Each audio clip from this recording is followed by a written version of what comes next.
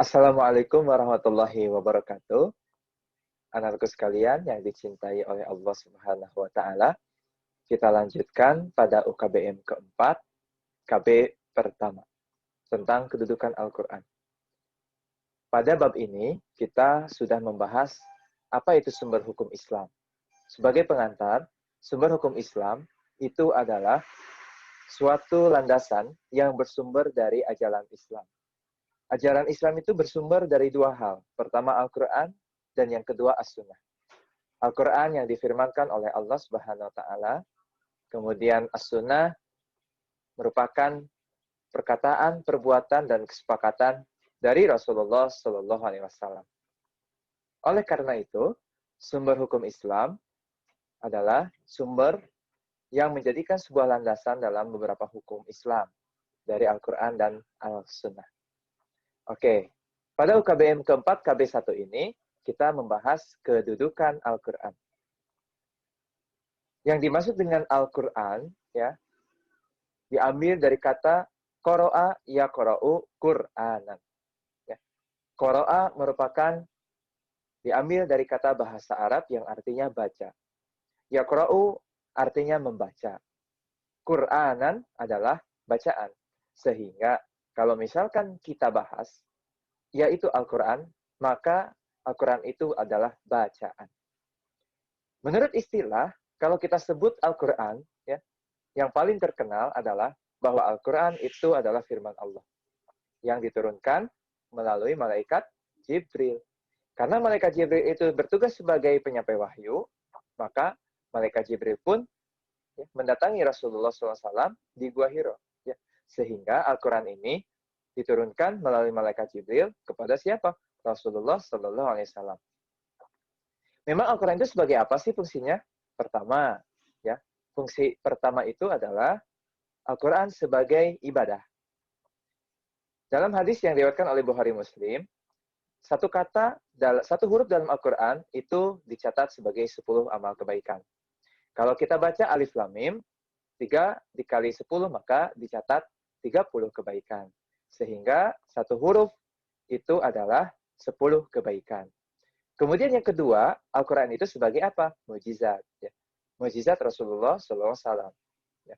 Mukjizat Rasulullah itu dimaksudkan bahwa Rasulullah menerima wahyu, yaitu Al-Quran. Ya. Sehingga sampai saat ini, dunia terus terang benderang dengan adanya pedoman, yaitu Al-Quran. Kemudian yang ketiga, ya, Al-Quran itu sebagai hudal linnas, petunjuk bagi manusia. Dalikal kitabu la raiba fi hudal lil muttaqin. Yang artinya bahwa Al-Quran itu sebagai petunjuk yang benar-benar untuk manusia. Ya. Bukan hanya manusia yang beragama Islam, tetapi manusia untuk alam semesta ini. Sehingga Al-Quran itu akan memberikan sebuah hidayah kepada umat yang lainnya juga. Ya. Dalil tadi menyebutkan dalikal kitabu la raiba fi, bahwa ketika kita membaca Al-Quran, berpedoman teguh pada Al-Quran, maka lil muttaqin, ya, menjadi orang-orang yang bertakwa. Selanjutnya ada ayat Al-Quran juga, Quran surat Al-Qadar ayat 1. Inna anzalnahu fi lailatul qadar. Inna sesungguhnya anzalna telah kami turunkan. Siapa yang menurunkan? Allah Subhanahu wa taala. Lailatul qadar, ya, pada malam Lailatul Qadar. Para ulama menyebutkan bahwa Al-Quran itu turun pada tanggal 17 Ramadan. Tetapi ini sebagai acuan kepada kita supaya kita mengingat akan adanya turunnya Al-Quran. Ya. Kemudian mengingat juga bahwa Lailatul Qadar itu setiap tanggal ganjil dari tanggal 17 sampai dengan akhir Idul Fitri atau bulan Ramadan tersebut. Oke, selanjutnya Bapak akan men-share screen ya terkait dengan kedudukan Al-Quran. Kita lihat pada layar.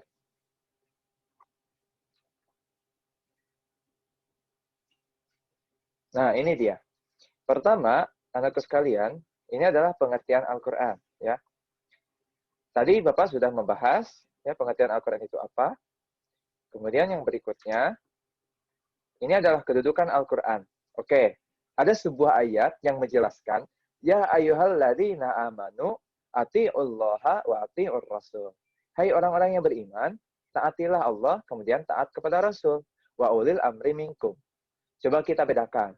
Ati'ullah taat kepada Allah. Maka kita sepenuhnya harus taat kepada Allah. Wa atiur rasul, kita harus taat kepada Rasul dengan sepenuhnya.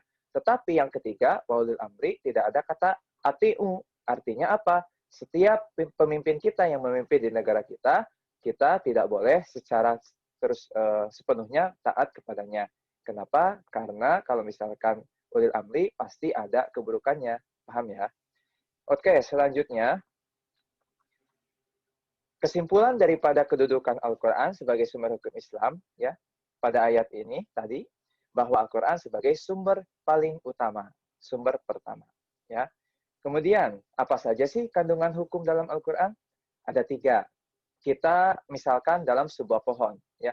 Pohon yang berdiri tegak seperti pohon kurma. Tahu pohon kurma?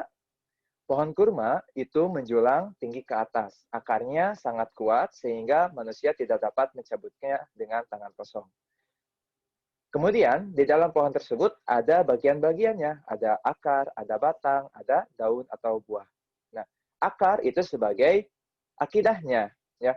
Dalam Quran Surat Ibrahim ayat 26 sampai ayat 28 sudah menyebutkan loh. Nah, akar itu sebagai akidah. Kalau misalkan akidah kita kuat, kemudian kita ada yang menggoyahkan akidah kita, kalau misalkan seperti pohon kurma, maka akidah tersebut itu tidak akan tergoyahkan. Paham ya maksudnya? Kemudian yang kedua ada ibadah. Ibadah itu kita misalkan sebagai batangnya. Nah, batang itu adalah sebagai jembatan daripada akar yang menyimpan cadangan makanan. Nah, kemudian disalurkan melalui batang kepada daunnya. Sehingga batang tersebut sebagai ibadahnya. Kemudian yang ketiga, ada daun dan buahnya, itu sebagai akhlaknya. Maka dapat kita simpulkan, kandungan dalam Al-Quran itu ada 3. Pertama ada akidah, kedua ada ibadah, dan yang ketiga ada akhlak. Nah, ketiga tersebut, apabila kita semuanya terpenuhi, maka itu menjadi orang-orang yang bertakwa. Apabila akidah dan ibadah kita sudah bagus, maka perilakunya juga akan bagus. Apabila akidahnya sudah bagus, maka ibadahnya akan bagus. Tapi belum tentu perilakunya bagus loh. Kemudian, apabila akidahnya jelek, semuanya akan jelek. Paham ya maksudnya? Oke, memang akidah itu apa sih? Akidah itu keimanan, ya, keyakinan kepada Allah Subhanahu wa Ta'ala. Seperti yang pada layar di sini ya. Nah, bahwa akidah itu adalah keyakinan. Kemudian, kalau ibadah itu adalah syariah. Syariah itu, misalkan kita sholat, berpuasa, ya, selalu berdekatkan diri kepada Allah. Paham ya?